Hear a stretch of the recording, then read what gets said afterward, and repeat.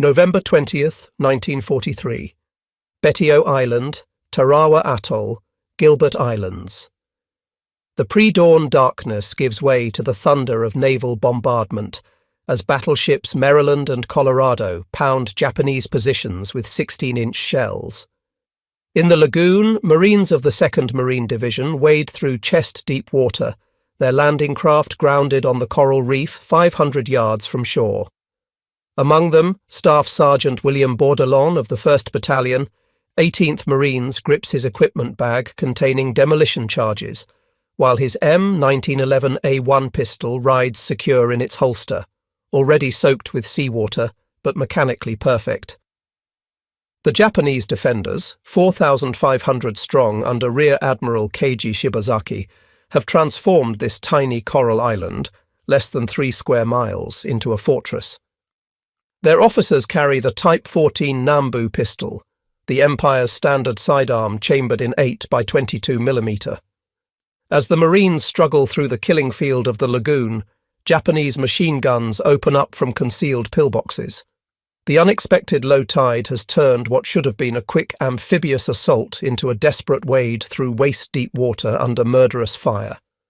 What unfolds over the next 76 hours will demonstrate with mathematical precision the superiority of American small arms design, particularly the M1911A, one firing its devastating 45 ACP cartridge, over Japanese weapons that fail when needed most.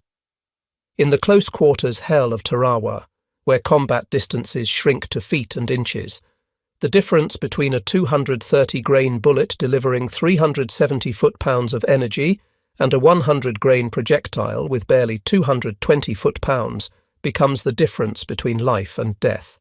The battles raging across the Pacific in 1943 reveal a fundamental truth that transcends mere technical specifications. The chasm between American and Japanese military sidearms reflects not just different design philosophies, but vastly different industrial capabilities, tactical doctrines, and understanding of what makes an effective combat weapon. The M1911A1 automatic pistol, firing the 45 automatic Colt pistol cartridge, represents the culmination of decades of American combat experience and industrial innovation. The Type 14 Nambu, with its underpowered 8mm round and fragile mechanism, embodies Japan's struggle to match Western military technology while lacking the industrial base and combat feedback necessary for effective weapons development. This disparity would manifest itself in every close-quarters engagement from Guadalcanal to Okinawa, where the thunder of the American 45 consistently overwhelmed the inadequate pop of the Japanese 8mm. The story of these two weapons is more than a tale of ballistics and manufacturing. It is the story of how industrial supremacy and engineering excellence determine victory in modern warfare. The genesis of the M1911A1 lies not in the Pacific, but in the Philippine jungles 4 decades earlier. During the Philippine-American War of 1899 to 1902, American troops faced a horrifying tactical problem that would reshape military sidearm development forever. The Moro juramentados, Muslim warriors who bound their limbs with leather to prevent blood loss and ingested native drugs to dull pain, launched suicidal charges against American positions. The standard Army sidearm, the Colt Model 1892 double-action revolver chambered in 38 long Colt, proved catastrophically inadequate. Colonel Louis Lagarde documented the typical encounter in his medical reports. Soldiers would empty their revolvers into charging Moros, placing multiple shots centre mass, only to watch in horror as their attackers continued forward to kill Americans with blade weapons. Lagarde's 1904 report described Antonio Caspi, shot 4 times at close range with .38 rounds, 3 bullets perforating his lungs, 1 passing completely through his body, who continued fighting until finally stopped by a rifle butt to the forehead. The 38. Long Colt's 150-grain bullet at 770 feet per second simply lacked the kinetic energy transfer necessary for immediate incapacitation. This failure prompted the most comprehensive ballistic study ever undertaken for military small arms, the Thompson-Lagarde tests of 1904. Colonel John T. Thompson, who would later develop the Thompson submachine gun, and Major Louis Anatole Lagarde of the Medical Corps were tasked with determining the minimum effective caliber for military pistols. At the Nelson Morris Company Union Stockyards in Chicago, they conducted tests that would be considered barbaric by modern standards, but provided crucial scientific data.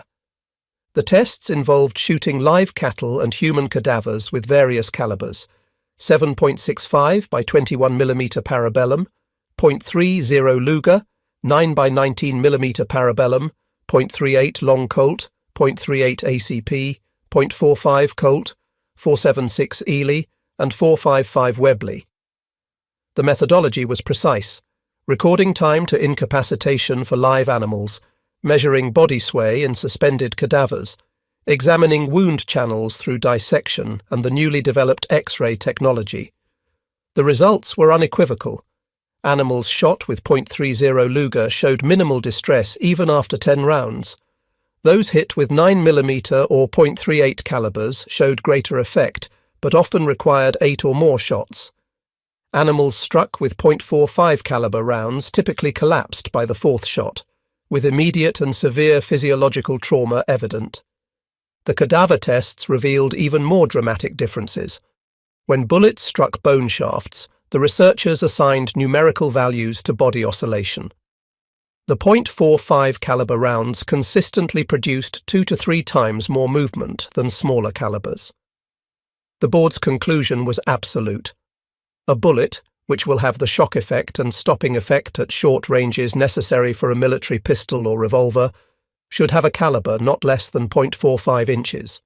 They noted that below this threshold, no amount of velocity increase within handgun parameters could compensate for insufficient bullet mass. John Moses Browning, already renowned for his firearms innovations, had been working with Colt on a .41 caliber semi-automatic pistol when the Army's requirements became clear. Browning rapidly scaled his design to accommodate a .45 caliber cartridge, creating what would become the Model 1905. The cartridge underwent several iterations between Colt, Winchester Repeating Arms, Frankfurt Arsenal, and Union Metallic Cartridge Company. The original loading, a 200-grain bullet at 900 feet per second, evolved into the standardized military load, a 230-grain full metal jacket bullet at 830 feet per second from a 5-inch barrel. The genius of Browning's design lay in its simplicity and robustness. The M1911 utilized a short-recoil operation with a swinging link that lowered the barrel out of engagement with the slide during cycling. The single-action trigger provided a consistent, crisp pull. 2 safety mechanisms, a grip safety that must be depressed and a manual thumb safety, prevented accidental discharge while allowing rapid deployment. The 7-round detachable magazine could be quickly changed, and the pistol would fire the chambered round even without a magazine inserted, crucial when magazines were damaged or lost. The pistol underwent extensive testing from 1906 to 1911, competing against designs from Savage, Luger, and others. The torture tests were extraordinary, firing 6,000 rounds as rapidly as possible, accomplished in 27 minutes, dunking the heated pistol in water, mud, and sand between strings of fire. The Browning Colt design functioned flawlessly. On March 29, 1911, the U.S. Army formally adopted the automatic pistol, caliber .45, model of 1911. World War I combat experience led to refinements incorporated in the M1911A1, standardized in 1924. The improvements addressed soldier feedback from the trenches, a shorter trigger to accommodate smaller hands, scalloped cuts in the frame behind the trigger for better reach, an arched mainspring housing for improved natural pointing, a longer grip safety spur to prevent hammer bite, wider sights for faster acquisition, and a shortened hammer spur to reduce snagging. These changes, while seemingly minor, reflected the American military's systematic approach to incorporating combat lessons into equipment development. The .45 ACP cartridge itself represented optimized ballistic performance within practical constraints. operating at a relatively low 21,000 psi chamber pressure, compared to 35,000 psi for 9mm parabellum. The round prioritized reliability and barrel longevity. The 230-grain projectile's .45 1-inch diameter created a wound channel significantly larger than its caliber due to tissue displacement. At 830 feet per second, the bullet travelled just below the speed of sound, avoiding the instability that occurs during transonic flight. The heavy bullet retained energy well, maintaining lethal force even at extended handgun ranges of 50 yards. When America entered World War II, the M1911A1 production transformed from peacetime trickle to wartime flood, demonstrating American industrial might at its apex. Colt's Manufacturing Company, holder of the original patents and production expertise, immediately expanded production at their Hartford, Connecticut facility. But even Colt's maximum capacity, approximately 800 pistols per day by 1943, could not meet demand. The Ordnance Department, under Brigadier General Gladion Barnes, orchestrated one of the most successful distributed manufacturing programs of the war. Unlike the artisanal approach required for complex weapons, the M1911, A1's robust design allowed mass production techniques. Contracts went to companies with no previous firearms experience but strong manufacturing capabilities. Remington Rand, the typewriter manufacturer, received their first contract in March 1942. Their Syracuse, New York plant, retooled from producing typing machines and adding devices, ultimately manufactured 877,751 M1911A1 pistols, more than any other contractor, including Colt. Their production methodology revolutionized pistol manufacturing. Extensive use of stamping instead of forging, automated checkering of grip frames, and statistical quality control that maintained tolerances while speeding production. Ithaca Gun Company of New York, traditionally a shotgun manufacturer, produced 369,129 pistols. Their innovative use of investment casting for small parts reduced machining time by 60%. Union Switch and Signal Company of Swissvale, Pennsylvania, a railroad equipment manufacturer, produced 55,000 pistols of exceptional quality, incorporating improved heat treatment processes that extended barrel life by 30%. The Singer Manufacturing Company's contribution, though numerically small at 500 pistols, demonstrated American industrial flexibility. These sewing machine manufacturers produced educational guns of such quality that they remain the most sought-after M1911A1 variants among collectors. Singer developed tooling and processes later transferred to other manufacturers, multiplying their impact beyond their direct production. Part standardization was absolute. Any component from any manufacturer would function in any frame. Tolerances were deliberately loose, 0.003 to 0.005 inches in most critical dimensions, ensuring function despite manufacturing variations, field contamination, or thermal expansion. This interchangeability proved crucial when depot-level maintenance often involved assembling functional pistols from components of multiple damaged weapons. The ammunition supply chain matched weapon production. Frankfurt Arsenal, the Army's primary ammunition facility, produced over 1 billion rounds of 45 ACP during the war. Western Cartridge Company, Remington Arms, and Winchester Repeating Arms added another 2 billion rounds. Quality control was stringent. Every lot underwent accuracy testing, pressure testing, and function testing in multiple weapons. Specifications remained consistent throughout production. 230-grain bullet, 5.0 grains of powder, either bullseye or similar burning rate, producing 830 feet per second velocity plus or minus 25 feet per second. Special ammunition variants demonstrated American innovation. The M12 shot cartridge, developed for aircrew survival kits, contained 118 pieces of number 7.5 birdshot in a paper capsule, effective against small game to 10 feet. The improved M15 shot cartridge used a blue wax capsule for better moisture resistance. Tracer rounds for training allowed shooters to see their bullet paths. Proof loads, marked with Stanek-stained cases, tested +P pressure resistance during manufacturing. The Marine Corps Table of Organization Evolution reflected combat lessons about pistol importance. In 1942, a Marine division was authorized 798 pistols, primarily for officers, NCOs, and crew-served weapon teams. By December 1943, after Tarawa, this increased to 1,377. By 1945, the authorization reached 1,707 pistols per division. The 1st Marine Division on Okinawa actually carried over 2,000 M1911A1s, with many riflemen acquiring pistols through unofficial channels. Distribution prioritized combat units. The 2nd Marine Division at Tarawa carried 1,456 M1911A1 pistols for approximately 18,000 Marines, 1 per 12 men. By Iwo Jima, the 5th Marine Division carried 1,789 pistols for similar strength, 1 per 10 men. Army units showed similar patterns. The 77th Infantry Division on Okinawa carried 1,234 M1911A1s among 16,000 soldiers.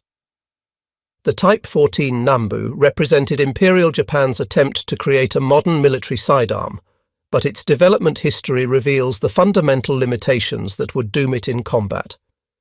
Colonel Kijiro Nambu, often called the John Browning of Japan, designed his first semi-automatic pistol in 1902. This Type A Grandpa Nambu superficially resembled the Luger with its exposed barrel and distinctive knurled cocking knob, but operated on entirely different principles. The Type 14, adopted in Taisho 14, 1926 in the Western calendar, evolved from earlier Nambu designs, but incorporated supposed improvements based on Japanese military experience in China.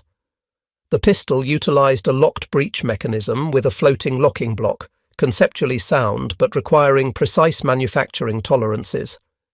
The 8x22mm Nambu cartridge, unique to Japanese weapons, fired a 102-grain bullet at approximately 1,065 feet per second from the Type 14's 4.6-inch barrel. On paper, certain specifications seemed superior to the M1911A1. The Type 14 held 8 rounds versus 7. Muzzle velocity exceeded the 45 ACP by 200 feet per second. The pistol weighed 2.03 pounds unloaded, nearly half a pound less than the M1911A1. Initial production models from Nagoya Arsenal and Kokura Arsenal showed excellent craftsmanship, with deep bluing and careful hand-fitting of parts. However, these surface advantages masked fundamental flaws. The 8x22mm Nambu cartridge, despite higher velocity, generated only 256 foot-pounds of muzzle energy compared to the .45 ACP's 369 foot-pounds, a 31% deficit. The lightweight 102-grain bullet shed velocity rapidly, retaining only 180 foot-pounds at 50 yards versus 300 foot-pounds for the .45 ACP. The bottlenecked case design, while theoretically aiding feeding, created extraction problems when chambers fouled. Japanese military procurement doctrine created additional complications. Unlike American forces who were issued weapons, Japanese officers were required to purchase their sidearms from their salary. A Type 14 cost 78 yen in 1940, approximately half a lieutenant's monthly pay. This economic barrier meant many officers received minimal training, viewing the pistol as a status symbol rather than a combat tool.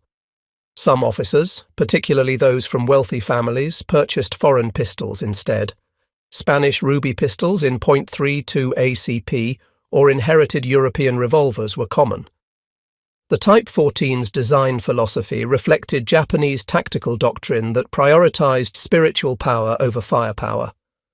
The Imperial Japanese Army's infantry manual devoted more pages to sword technique than pistol marksmanship.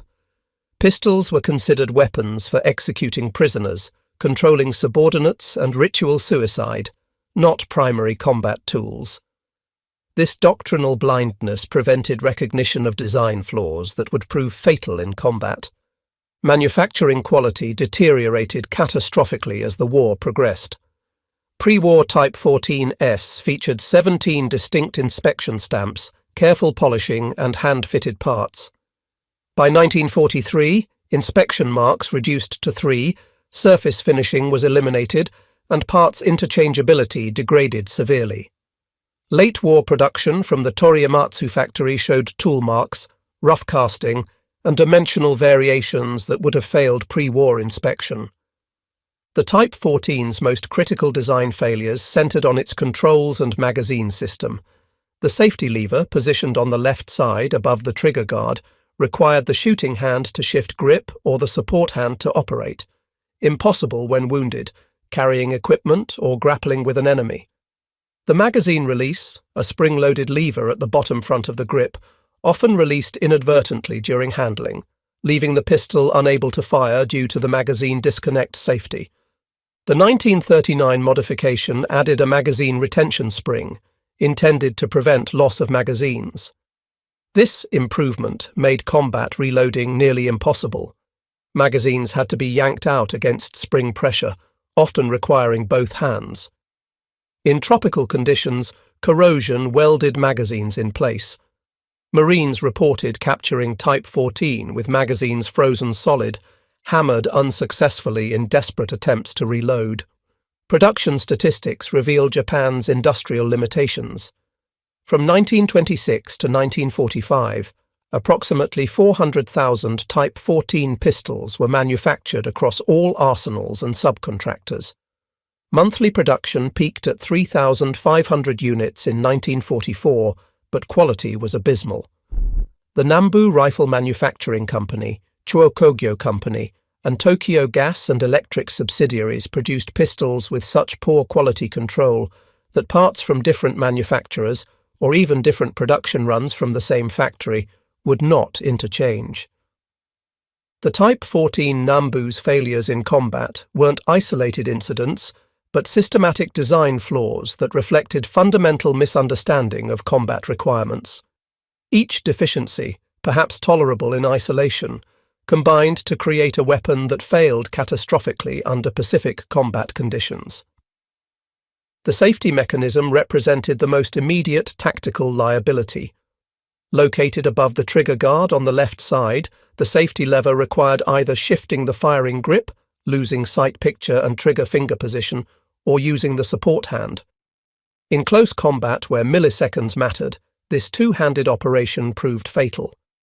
Marines reported numerous instances of Japanese officers futilely attempting to disengage safeties while being overrun. The M1911. A1's ambidextrous safety, operable with the thumb of the firing hand while maintaining grip and trigger position, could be disengaged while drawing from the holster. The magazine disconnect safety, intended to prevent accidental discharge with the magazine removed, transformed into a critical vulnerability.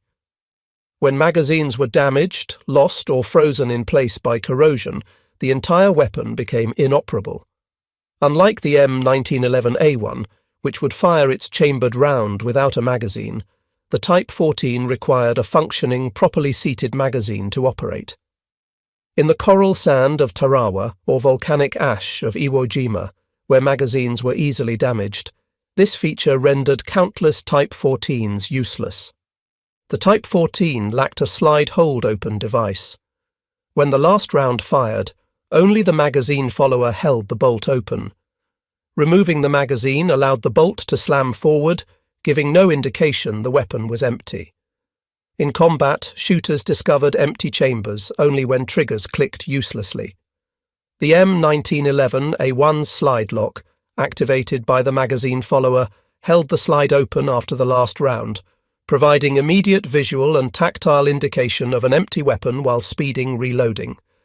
Extraction failures plagued the Type 14, particularly with deteriorating ammunition quality. The bottlenecked 8x22mm case, theoretically superior for feeding, created a smaller bearing surface for the extractor. Combined with wartime ammunition using corrosive primers and inconsistent brass, cases stuck in chambers or ripped through by extractors.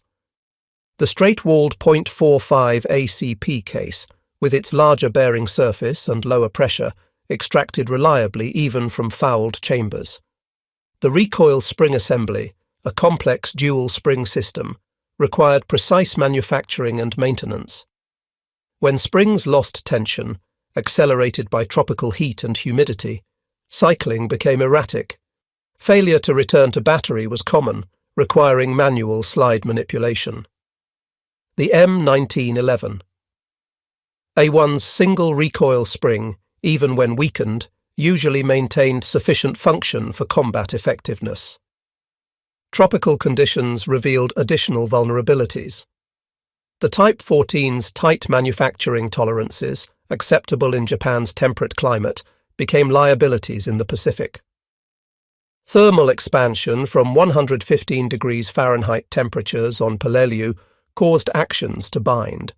Monsoon humidity on Guadalcanal created rust that froze mechanisms within days.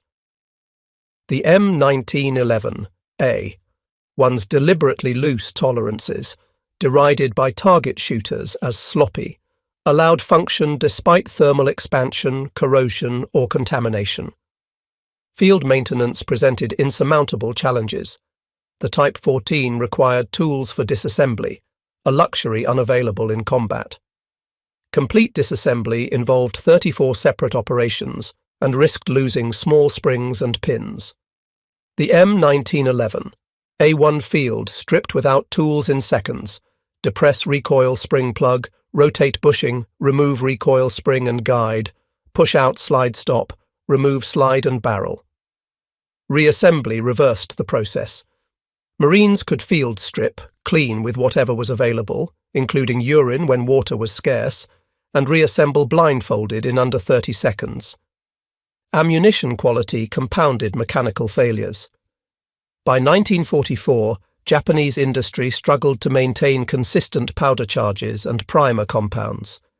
Captured ammunition tested by American ordnance units showed velocity variations exceeding 200 feet per second within single lots. Squib loads left bullets lodged in barrels. Subsequent rounds created catastrophic failures. Excessive pressure rounds from double charges cracked frames and bulged chambers. American .45 ACP ammunition maintained remarkable consistency throughout the war, with velocity variations rarely exceeding 25 feet per second within lots.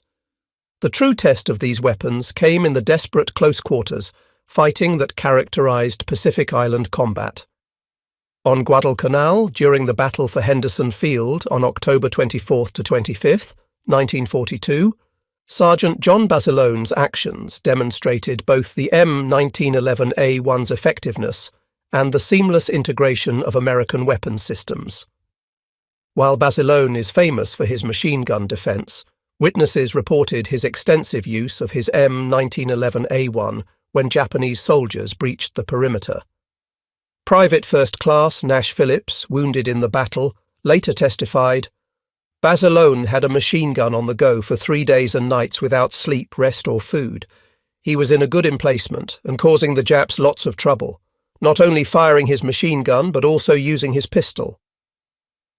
When Japanese soldiers penetrated the line during hand-to-hand fighting, Basilone's M1911A1 proved decisive. Each 230-grain hollow-point bullet, Marines often modified ball ammunition by cutting crosses in the tips, delivered immediate stopping power. Phillips described seeing Japanese soldiers knocked backward off their feet by Basilone's pistol fire. The Japanese assault on Henderson Field involved approximately 3,000 soldiers from the Sendai Division. Marine defenders numbered fewer than 700 along Basilone's sector. The Japanese achieved local numerical superiority of nearly 5-1, necessitating maximum effectiveness from every American weapon. In such circumstances, the difference between the .45 ACP's immediate incapacitation and the 8mm Nambu's lesser stopping power multiplied across hundreds of individual engagements. At Tarawa, Staff Sergeant William Bourdalont's actions, though primarily involving demolition charges, included critical moments where small arms made the difference. Bourdalont, an engineer with the 1st Battalion, 18th Marines, landed in the assault waves on November 20, 1943. His amphibious tractor took numerous hits, killing all but 4 of the Marines aboard. Bourdalont's mission was to destroy Japanese pillboxes with demolition charges, but approaching these positions required suppressive fire. After placing charges on 2 pillboxes, Bourdalont was wounded by machine gun fire, his demolition charges exhausted. Marine combat correspondent Staff Sergeant David Dempsey, who witnessed the action, reported that Bourdalont grabbed a rifle and continued fighting, covering other Marines as they moved forward. While accounts focus on his demolition work, the close-quarters nature of the fighting meant pistols were constantly employed. Bourdalont's M1911A1, like those of all Marine engineers, served as his last line of defence while placing charges against enemy positions. The Type 14's combat failures were equally well documented. On Tarawa, Marine Private Robert Sherrod, a Time Life correspondent embedded with the 2nd Marine Division, witnessed a Japanese officer's desperate struggle with his Nambu. The Jap officer was screaming at his men, trying to shoot his pistol. He kept pulling the trigger, but nothing happened. The gun was jammed. Sand, maybe, or a bad magazine. A Marine shot him with a .45 from maybe 20 feet. The Jap flew backward like he'd been hit with a sledgehammer. Similar accounts proliferated across every island battlefield. On Saipan, June 15, 1944, during the massive Japanese Banzai charge that became the largest of the Pacific War, Marine Corporal John D'Alessandro of the 27th Marines described close combat in pre-dawn darkness. They came at us in waves, officers in front waving swords and pistols. I saw one Jap officer trying to clear his jammed Nambu while running toward us. He was working the action frantically when I shot him with my .45. One shot sent a mass and he went down hard. The .45 would stop them cold. The impact was like hitting them with a baseball bat. The mathematical reality of stopping power became apparent in after-action medical reports. Marine Corps medical personnel documented wound characteristics showing that 45 ACP hits to the torso created temporary wound cavities exceeding 4 inches in diameter, causing immediate blood pressure drop and nervous system disruption. The 8mm Nambu, with its lighter, faster bullet, created wounds barely larger than its caliber, often requiring multiple hits for incapacitation. Lieutenant Colonel Louis Chesty Puller, commanding 1st Battalion, 7th Marines at Guadalcanal, noted in his after-action report, "The .45 automatic pistol proved invaluable in repelling Japanese infiltrators and Banzai attacks. Multiple instances were observed where single rounds from the .45 immediately stopped attacking Japanese soldiers, while enemy officers armed with their issued pistols failed to inflict casualties even at close range." The disparity between the M1911A1 and Type 14 Nambu reflected fundamentally different military philosophies shaped by distinct cultural and historical experiences. American doctrine, forged in the frontier wars and colonial conflicts, prioritized firepower and individual marksmanship. Japanese doctrine, rooted in samurai tradition and Yamato Damashi, Japanese spirit, emphasized spiritual power over material advantage. The Thompson-Lagarde tests had provided American forces with scientific justification for maximum stopping power. The conclusion, that nothing less than .45 caliber would suffice, became dogma. This wasn't mere preference, but evidence-based requirement. The tests measured not just lethality, but immediate incapacitation, the ability to stop an attacker before they could close distance or continue fighting. The temporal element was crucial. In close combat, the difference between immediate and eventual incapacitation measured in American lives. American training reflected this emphasis on practical effectiveness. At Paris Island and Camp Pendleton, Marines fired thousands of rounds in pistol training. The course began with bullseye marksmanship, learning trigger control, sight picture, and breathing, then progressed to combat shooting. Marines learned to fire from retention position with the pistol against their ribs, point shooting without using sights, and engaging multiple targets while moving. The standard qualification required 70% hits on man-sized targets at 25 yards, firing 50 rounds under time pressure. The M1911A1's manual of arms emphasized combat efficiency. The Israeli draw technique, though not called that in 1943, was standard. Drawing while simultaneously thumbing off the safety, finger entering trigger guard, only when the muzzle cleared the holster and oriented toward target. Marines practiced malfunction clearances, tap, rack, bang, until they became automatic. They learned to count shots, reloading before the slide locked back when possible, maintaining continuous fire capability. Japanese pistol training remained minimal and ceremonial. The Imperial Japanese Army's training manual devoted 2 pages to pistol marksmanship versus 12 pages to sword technique. Officers received perhaps 50 rounds of annual training ammunition, when available. The emphasis was on precision shooting at stationary targets from formal stances, not combat effectiveness. Many officers arrived in combat having fired fewer rounds through their Type 14S than American Marines fired in a single training day. Japanese tactical doctrine viewed pistols as symbols of authority rather than combat tools. The weapon's primary purposes included maintaining discipline, shooting deserters or cowards, honorable suicide when capture seemed imminent, and executing prisoners. The idea of using pistols as primary combat weapons in assault seemed absurd when the warrior's sword represented his soul. This philosophical blindness prevented recognition of the pistol's tactical importance in modern close combat. American doctrine evolved continuously based on combat feedback. After Guadalcanal, training emphasized shooting from prone and supine positions, common when wounded or taking cover. After Tarawa, where Marines fought in waist-deep water, training included waterborne operations, keeping weapons dry during landing, clearing water from barrels, and immediate action after immersion. After reports of Japanese infiltrators in Marine foxholes, training incorporated weapon retention techniques and contact distance shooting. The ammunition philosophy differed radically. Americans designed the .45 ACP for one purpose: maximum stopping power within practical constraints. Velocity was deliberately kept subsonic to avoid transonic instability. Bullet weight maximized momentum transfer. The round's rainbow trajectory at distance was irrelevant. Pistol fights occurred within 25 yards. Japanese 8mm Nambu development prioritized velocity and trajectory, seeking rifle-like performance from a pistol cartridge. This pursuit of inappropriate characteristics sacrificed stopping power for negligible practical advantage. Cultural factors influenced weapons employment. American individualism encouraged personal initiative and adaptation. Marines modified their M1911A1s with filed sights for faster draw, stippled front straps for better grip, and shortened triggers for smaller hands.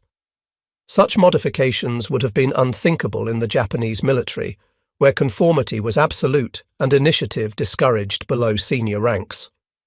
The Japanese concept of bamboo spear spirit, the belief that spiritual power could overcome material disadvantage, pervaded military thinking.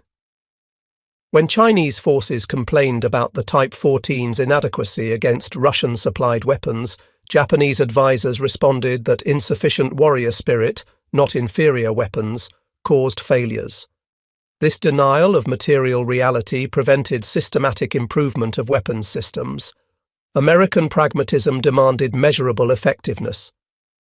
The Bureau of Ordnance conducted continuous testing of ammunition performance, accumulating data on velocity, pressure, accuracy, and terminal ballistics. Feedback from combat units drove modifications, improved magazine springs after reports of feeding problems, harder extractors after reports of extraction failures, enhanced rust-preventive finishes for tropical service. Each modification underwent testing before implementation, ensuring improvements actually improved performance.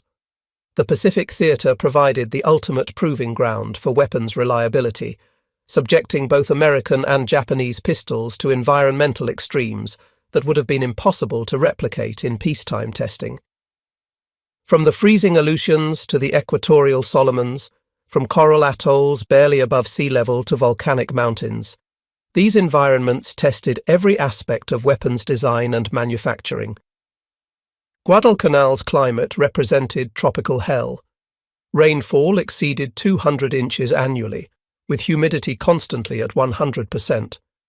Temperatures ranged from 75 degrees Fahrenheit at night to 95 degrees Fahrenheit daily, but felt like 115 degrees Fahrenheit, according to marine accounts. Metal rusted overnight. Leather rotted within weeks. Wooden stocks warped and split. In this environment, the M1911A1's parkerized finish, a phosphate coating that absorbed oil, proved superior to bluing. Even when surface rust appeared, the pistol continued functioning. The Type 14's blued finish, beautiful when new, provided minimal corrosion protection. Surface rust appeared within days, progressing to deep pitting within weeks. Marine Armourer Sergeant Thomas Morrison, with the 1st Marine Division on Guadalcanal, documented maintenance challenges in his journal. The 45s need daily cleaning, but keep working even when they look like hell. We're using motor oil, gun oil, even coconut oil, anything to keep them running. The captured Jap pistols rust solid in 3 days. Their springs break when you try to force them open. We've got a pile of them we can't even disassemble. Tarawa presented different challenges. Coral sand finer than talcum powder that infiltrated every mechanism. The island's lack of vegetation meant no shade from equatorial sun that heated metal to burning temperatures. Marines wrapped pistol grips with cloth or tape to prevent burns. Water was critically scarce, 5 gallons per day for a battalion, making weapon cleaning impossible. The M1911. A1's loose tolerances allowed functioning despite sand infiltration. Marines learned to work the slide vigorously before use, allowing sand to fall through gaps. The Type 14's tight tolerances meant sand particles locked mechanisms solid. Peleliu in September 1944 recorded the highest temperatures of the Pacific War. Official readings reached 115 degrees Fahrenheit, but temperatures in fighting positions among the coral ridges exceeded 120 degrees Fahrenheit. Marines suffered more heat casualties than combat wounds on some days. Metal expanded significantly at these temperatures. The M1911A1, designed with thermal expansion tolerances, continued functioning. The Type 14, with precise peacetime tolerances, experienced binding as parts expanded differentially. Marine Private Eugene Sledge, with K Company, 3rd Battalion, 5th Marines on Peleliu, wrote, "Everything metal was too hot to touch. We wrapped our rifle slings around our hands to carry them. Canteens burned our lips. My 45 was so hot the rounds in the magazine were warm to the touch when I unloaded it. But it worked, always worked." Iwo Jima's volcanic ash presented unique challenges. The fine black sand, actually pulverized volcanic glass, was highly abrasive. It infiltrated sealed mechanisms, accelerating wear exponentially. The island's sulfur springs created corrosive vapor that etched metal. After 5 weeks of combat, many rifles and machine guns required replacement due to bore erosion. M1911. A1 pistols, with their simple mechanisms and robust construction, maintained function despite accelerated wear. Type 14S suffered extraction failures as chambers eroded and cases stuck. The Aleutian campaign provided opposite extremes. During the May 1943 Attu invasion, temperatures dropped below freezing with 100-mile-per-hour winds. Lubricants congealed to tar-like consistency. Breath condensation froze on metal, creating ice that locked actions. The M1911. A1 functioned without lubrication. Soldiers learned to clean all oil from the weapons, running them dry. The Type 14's complex dual-recoil spring system required lubrication to function, making it inoperable in extreme cold. Saltwater immersion during amphibious operations challenged both designs. At Tarawa, Marines waded 500 yards through chest-deep water under fire. Weapons were completely submerged for 10 to 15 minutes.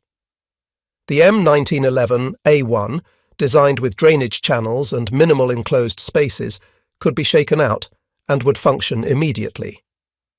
The Type 14, with its enclosed trigger mechanism and complex internals, retained water that had to be disassembled to drain, impossible under fire. Monsoon conditions on New Guinea and the Philippines tested waterproofing. Rain fell continuously for weeks, making it impossible to keep weapons dry. Everything organic rotted: leather holsters, cloth, wood grips.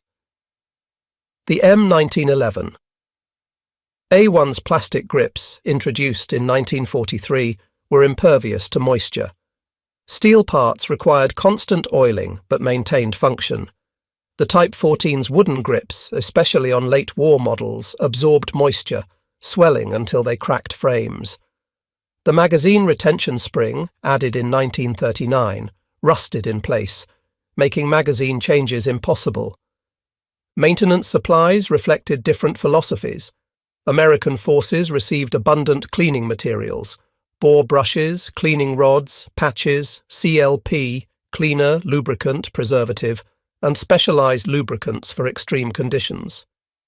Every Marine carried a pistol cleaning kit.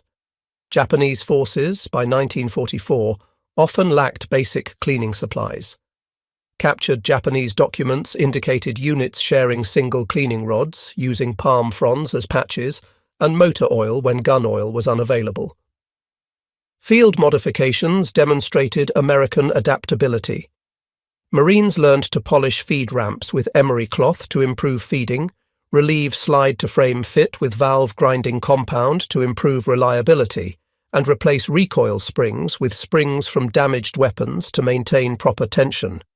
Such modifications, performed at battalion level, kept weapons functional despite extreme wear. Japanese forces, lacking spare parts and modification capability, simply discarded malfunctioning Type 14S. The Battle of Okinawa, commencing April 1, 1945, represented the ultimate test of American and Japanese small arms in the Pacific War's largest amphibious operation. Codenamed Operation Iceberg, the invasion pitted 183,000 American soldiers and Marines against 110,000 Japanese defenders on an island that would serve as the staging area for the planned invasion of Japan. The 82-day battle would demonstrate with finality the superiority of American weapons in the war's most savage fighting. Okinawa's terrain differed radically from previous Pacific battlefields. The island stretched 60 miles long and varied from 2 to 18 miles wide, featuring open farmland in the north and rugged ridges honeycombed with caves in the south. Japanese General Mitsuru Ushijima had months to prepare defences, creating an elaborate system of interconnected caves, tunnels, and fortified positions that would channel American forces into killing zones. This battlefield would demand close-quarters combat where pistols often determined survival. The American force included the entire 10th Army under Lieutenant General Simon Bolivar Buckner, Jr., comprising the Army's 24th Corps, 7th, 27th, 77th, and 96th Infantry Divisions, and the Marines' 3rd Amphibious Corps, 1st and 6th Marine Divisions. These units carried over 15,000 M1911A1 pistols, nearly one for every 12 combat troops. Ammunition supplies included 10 million rounds of 45 ACP, reflecting lessons learned about ammunition consumption in prolonged operations. The Japanese 32nd Army, reinforced by naval troops and Okinawan conscripts, represented Japan's last cohesive military force outside the home islands. Officers carried Type 14 Nambus, but ammunition shortages were critical. Documents captured from the Japanese 62nd Division indicated an allocation of only 20 rounds per pistol for the entire campaign. By contrast, American forces carried 21 rounds per pistol as basic load, with unlimited resupply available. The initial landings on April 1, 1945, Easter Sunday and April Fool's Day, met surprisingly light resistance as Ushijima had withdrawn his forces to prepared positions in the south. However, when American forces encountered the Japanese main defensive lines at Kakazu Ridge on April 9th, the battle's true character emerged. The fighting devolved into savage close-quarters combat, where distances were measured in feet and survival often depended on who could bring effective firepower to bear fastest. Technical Sergeant Beaufort Anderson of the 96th Infantry Division earned the Medal of Honor on April 13th during the assault on Kakazu Ridge. When his unit was pinned down, Anderson single-handedly attacked Japanese positions with grenades and small arms. His citation notes he eliminated 25 Japanese soldiers in close combat. Witnesses reported Anderson extensively used his M1911A1 when Japanese soldiers emerged from spider holes at point-blank range. "The .45 saved my life a dozen times that day," Anderson later stated. "When they popped up from holes right under you, there was no time to swing a rifle around. The .45 knocked them down instantly." The Japanese conducted massive counterattacks throughout the battle, culminating in Operation 10 Go on May 4th, when Ushijima launched his entire reserve in a desperate offensive. During this attack, close combat became general across the entire front. Marine Private First Class Harold Agerholm of the 4th Battalion, 10th Marines, would receive a posthumous Medal of Honor for evacuating 45 wounded Marines under fire. Witnesses reported Agerholm carried his M1911A1 in one hand while dragging wounded with the other, firing at Japanese infiltrators who approached his casualties. Cave warfare on Okinawa created unique combat conditions that maximized the importance of pistols. The Japanese had transformed natural caves into elaborate defensive complexes with multiple levels, interconnecting tunnels, and concealed firing ports. Attacking these positions required Marines and soldiers to enter confined spaces where rifles were unwieldy. The M1911 A1 became the primary weapon for cave clearing. Marine Corporal Donald Honnis of the 1st Marine Division described cave operations. "You'd throw in white phosphorus grenades to burn out the oxygen, then go in with pistols and flashlights. The 45 was perfect for this work. In those confined spaces, the concussion from the 45 was stunning. We'd put tactical lights, flashlights taped to the barrel, on our pistols. You'd see movement, point, and shoot. The .45 would blow Japanese soldiers backward into the cave walls. The technical superiority of the .45 ACP in confined spaces became mathematically quantifiable. In caves and tunnels, the .45's subsonic velocity meant less disorienting muzzle blast for the shooter while delivering maximum energy to targets. The heavy bullet's momentum carried through web gear and equipment that might deflect lighter, faster projectiles. Terminal ballistic studies conducted post-war showed the 45 ACP created larger temporary wound cavities in gelatin than any other military pistol cartridge, crucial when targets had to be immediately incapacitated in confined spaces where wounded enemies could detonate grenades. Sugarloaf Hill, a small mound that anchored the Japanese Shuri line, became the site of the most intense close combat from May 12th to 18th. The 6th Marine Division suffered over 2,000 casualties taking this single position. Marines attacked 17 times before finally securing the hill. During these assaults, combat often occurred at handshaking distance. Marine Sergeant James Stevens recalled, "We were fighting in the rain, in mud up to our knees. Japanese soldiers would emerge from hidden positions right among us. Your rifle would be clogged with mud, but the 45 always worked. I saw Marines and Japanese soldiers shooting at each other from 5 feet apart. The Marine with the 45 always won those encounters." By late May, the failure of Japanese small arms became critical. The 32nd Army's operations officer, Colonel Hiromichi Yahara, wrote in his post-war memoir, "Our Type 14 pistols had become almost useless. Ammunition was nearly exhausted, and those weapons still functioning often failed due to rain and mud. American soldiers seemed to have unlimited ammunition for their powerful pistols, which could kill a man instantly even with peripheral hits." The monsoon season, beginning in mid-May, turned Okinawa into a mudscape, foxholes filled with water, weapons submerged repeatedly. The M1911A1's drainage channels and loose tolerances allowed it to function despite mud immersion.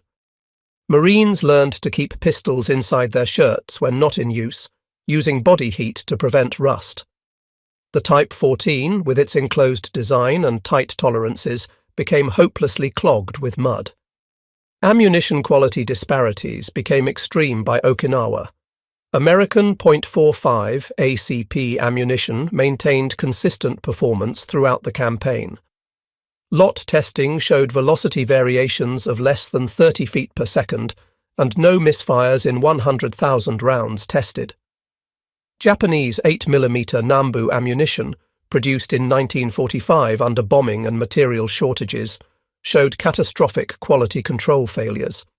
Captured ammunition tested by American ordnance units revealed 30% misfires due to faulty primers, velocity variations exceeding 300 feet per second within single lots, case head separations from brittle brass, and squib loads that lodged bullets in barrels. The Japanese conducted their final organized resistance in the Kian Peninsula at Okinawa's southern tip in mid-June. Here, in the maze of coral caves and ridges, combat reached its most primitive level. American forces used flamethrowers, demolition charges, and small arms to systematically eliminate Japanese positions. The 96th Infantry Division reported expending 450,000 rounds of 45 ACP ammunition during June alone, more than many divisions used in entire European campaigns. Private First Class Desmond Doss, the conscientious objector medic who refused to carry weapons, provided unique testimony about pistol effectiveness. Serving with the 77th Infantry Division, Doss witnessed countless close combat engagements while treating wounded. In his post-war interviews, he stated, "The difference between our 45s and their pistols was like night and day. I saw Japanese officers empty their pistols into our boys who kept fighting. But when our boys hit a Japanese soldier with a 45, he went down and stayed down. That pistol saved many American lives." The battle's statistics tell the story of American material superiority. American forces suffered 12,520 killed and 36,631 wounded. Japanese losses included approximately 110,000 military deaths, plus 100,000 Okinawan civilians.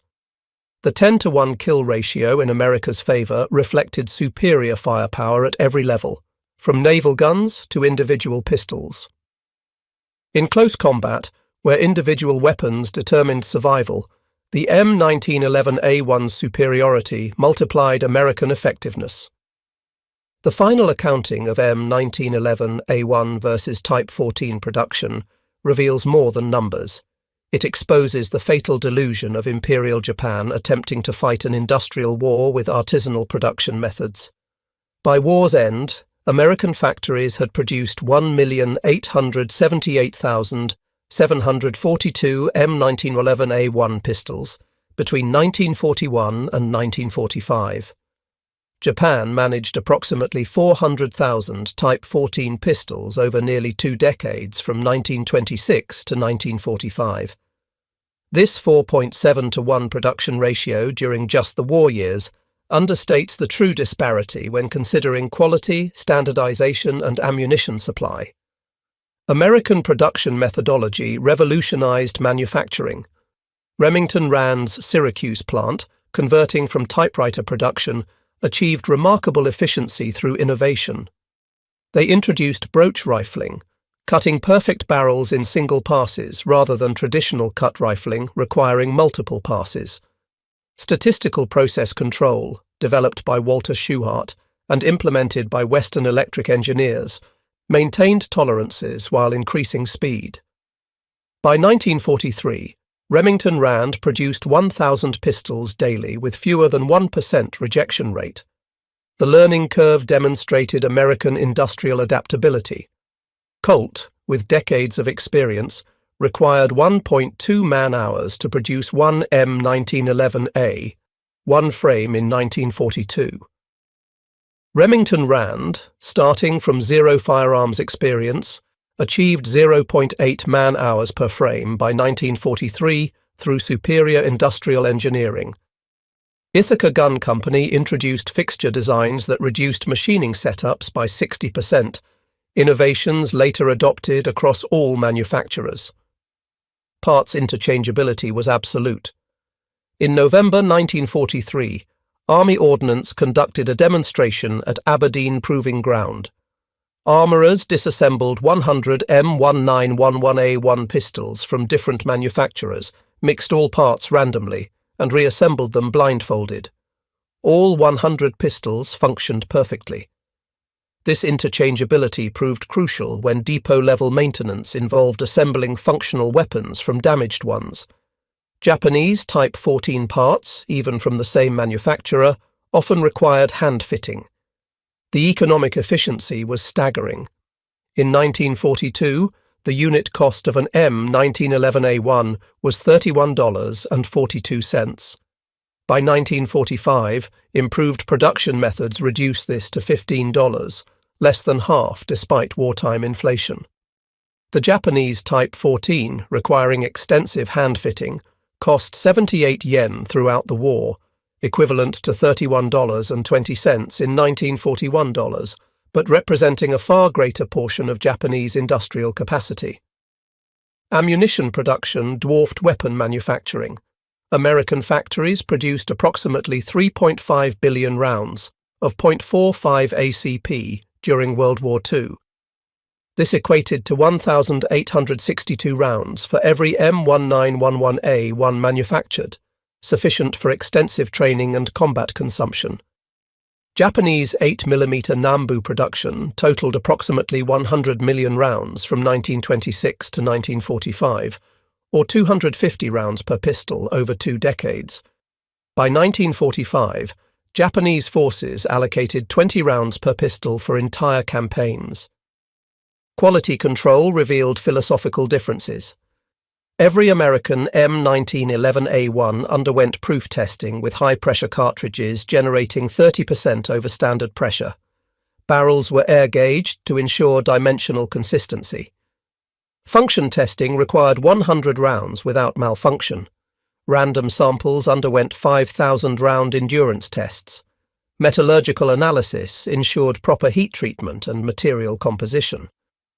Japanese quality control, minimal before the war, essentially disappeared by 1944. Late-war Type 14S show tool marks, dimensional variations, and soft metal that would have failed any inspection standard. The supply chain comparison was equally telling. American manufacturers received specialized steel alloys, SAE 4140 for barrels, 8620 for frames, produced to exacting specifications. Carbide cutting tools, themselves products of American industrial superiority, maintained precise dimensions through thousands of parts. Japanese manufacturers, by 1944, used whatever steel was available. Captured Type 14 shows frames made from recycled ship armor, barrels from artillery brass, and springs from salvaged automotive parts. Subcontractor networks multiplied American advantages. Grip manufacturers, Colt Plastics Company, Franzite Company, Keys Fiber Company, produced millions of synthetic grips impervious to tropical conditions. Spring manufacturers, Wolf Company, Associated Spring Corporation, provided consistent springs heat-treated for specific tension requirements. Magazine contractors, Scoville Manufacturing, Risdon Manufacturing, produced magazines to tolerances ensuring universal fit. Japanese production remained vertically integrated within arsenals, limiting production capacity and preventing specialization benefits. The training ammunition allocation demonstrated different priorities. American forces allocated 240 rounds per man for basic pistol qualification, 500 rounds for advanced training. Combat units received 100 rounds monthly for sustainment training. Total training expenditure exceeded 500 million rounds. Japanese officers, purchasing their own ammunition, typically fired fewer than 100 rounds annually. Many arrived in combat having fired their Type 14 fewer times than American Marines fired in single training sessions. Replacement rates revealed combat realities. American forces replaced approximately 15% of M1911A1 pistols annually due to combat loss, damage beyond repair, or excessive wear. The industrial base easily supported this attrition while increasing total inventory. Japanese forces couldn't replace losses. Units that lost pistols to combat damage simply went without. By Okinawa, many Japanese officers carried swords exclusively.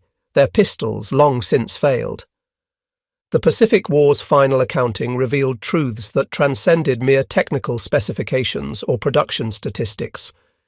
In the crucible of history's largest naval war, fought across millions of square miles of ocean and thousands of islands, the superiority of the M1911A1 over the Type 14 Nambu represented American industrial democracy's triumph over Japanese military feudalism. The mathematics of terminal ballistics were inexorable.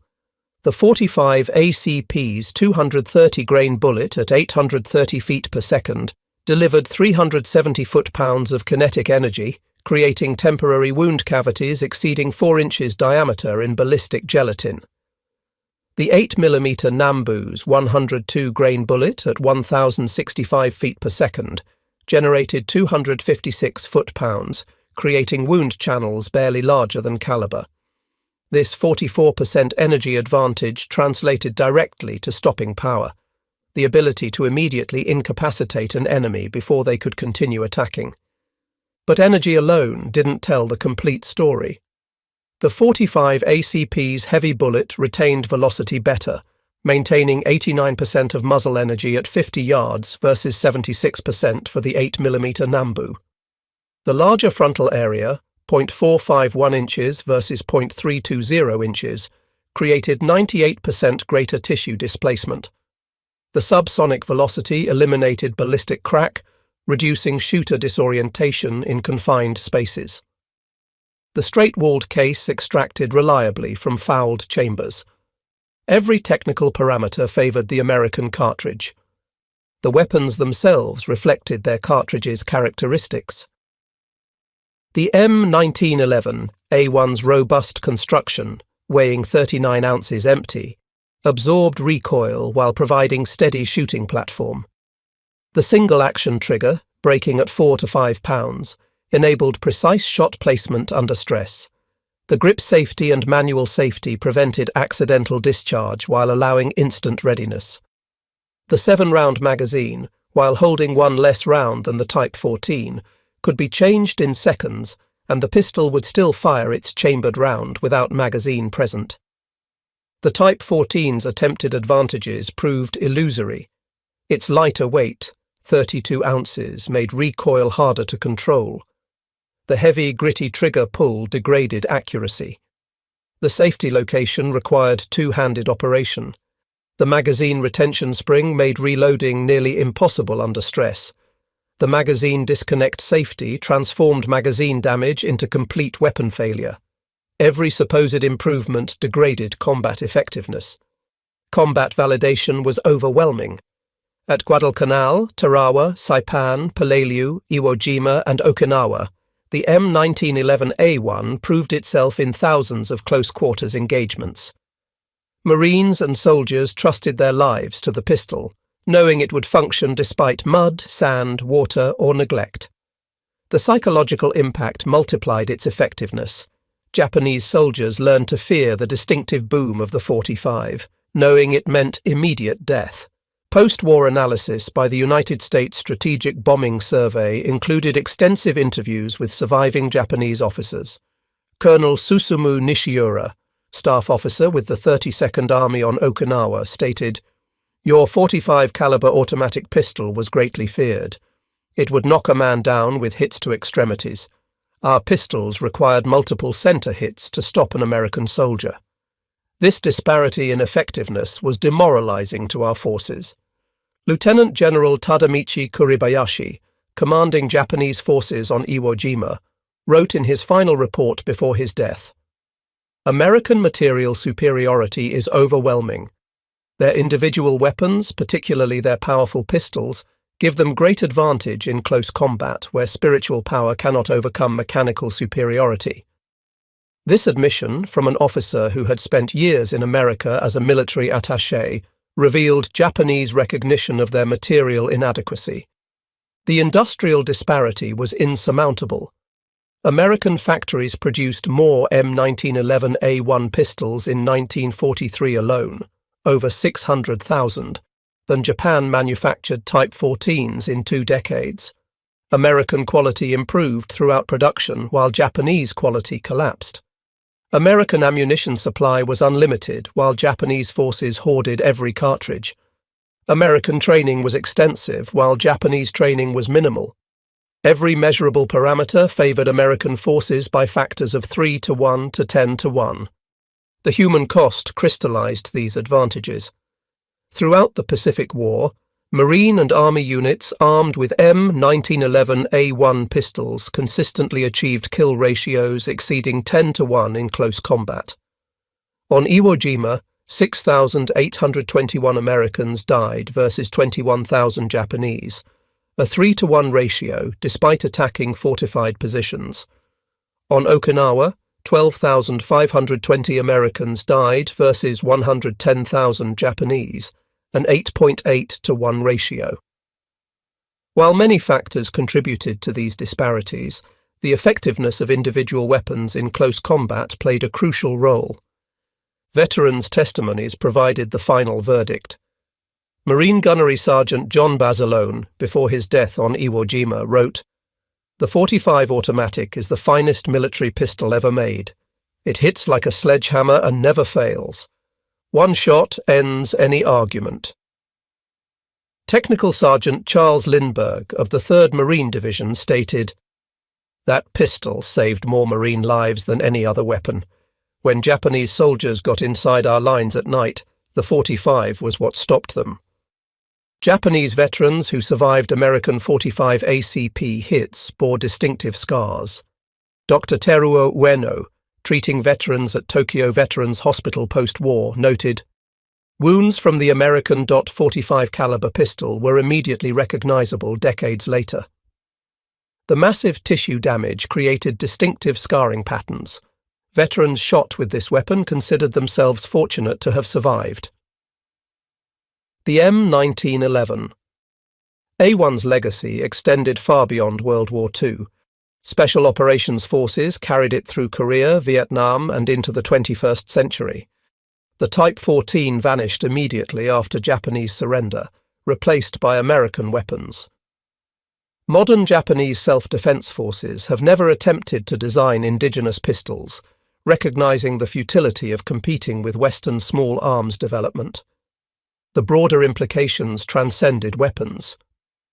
The M1911A1 represented American industrial democracy, standardized, mass-produced, effective, and available to every soldier regardless of rank or wealth. The Type 14 represented Japanese military feudalism, handcrafted, inconsistent, inadequate, and restricted to officers who could afford purchase. These weapons embodied their society's approaches to warfare. In the final analysis, the Pacific War validated the Thompson-Lagarde test's conclusion from 1904, "In close combat, stopping power determines survival." The M1911A1 delivered that stopping power reliably, consistently, in any condition, millions of times. The Type 14 Nambu failed to deliver adequate performance even under ideal conditions. This disparity, multiplied across millions of individual combats, contributed significantly to American victory. The mathematics of death in the Pacific War were precise and unforgiving. When Staff Sergeant William Bourdillon charged Japanese pillboxes on Tarawa, when Sergeant John Basilone held Henderson Field on Guadalcanal, when thousands of unnamed Marines and soldiers fought in nameless caves on forgotten islands, they carried a weapon that would not fail them: the M1911. A1 automatic pistol firing the 45A CP cartridge. Every trigger pull launched a 230-grain projectile at 830 feet per second, delivering 370 foot-pounds of kinetic energy, creating wound channels that immediately incapacitated enemy combatants. This simple equation, mass times velocity squared divided by 450,240, determined survival in countless close-quarters engagements. The Japanese Type 14. Nambu, firing its 102-grain bullet at 1,065 feet per second for 256 foot-pounds of energy, consistently failed this mathematical test of combat effectiveness. The production statistics told an equally decisive story. American factories manufactured 1,878,742 M1911A1 pistols during World War II, supported by 3.5 billion rounds of ammunition. Japan produced approximately 400,000 Type 14 pistols over 2 decades, with perhaps 100 million rounds total. This 4.7 to 1 production advantage in pistols and 35 to 1 advantage in ammunition during just the war years represented industrial supremacy that no amount of spiritual power could overcome. But beyond numbers lay a fundamental truth about modern warfare.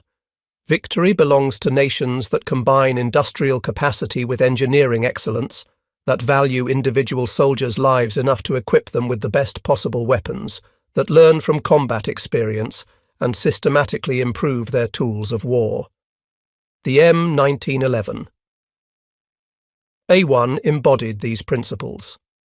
The Type 14 Nambu represented their antithesis. In the end, the Pacific War's outcome was determined by many factors: strategy, logistics, code-breaking, naval power, and atomic weapons. But in those desperate moments when combat reduced to its most primitive form, one man facing another at arm's length with death seconds away, the American Marine or soldier with an M1911A1 held overwhelming advantage over his Japanese opponent with a Type 14 Nambu. The thunder of the 45 ACP echoed from Pearl Harbor to Tokyo Bay, each shot a small but decisive contribution to victory. The M1911A1 didn't win the Pacific War alone, but in the brutal arithmetic of close combat, it ensured that American forces held a crushing advantage that multiplied across thousands of engagements to help determine the war's outcome. In this mathematics of survival, where stopping power equaled victory and mechanical failure meant death, America's M1911, a 1.45 caliber pistol, stood supreme, and Japan's Type 14 Nambu was utterly, catastrophically, and fatally outgunned. The last word belongs to Fleet Admiral Chester Nimitz, who understood the importance of individual weapons in determining victory. Our technology, including the superiority of individual weapons like the M1911 automatic pistol, gave our Marines and soldiers decisive advantages in close combat. When battles came down to individual fights at close quarters, American forces prevailed because they carried superior weapons that functioned reliably under the worst conditions imaginable. This technical superiority, multiplied millions of times across the Pacific, helped secure our victory.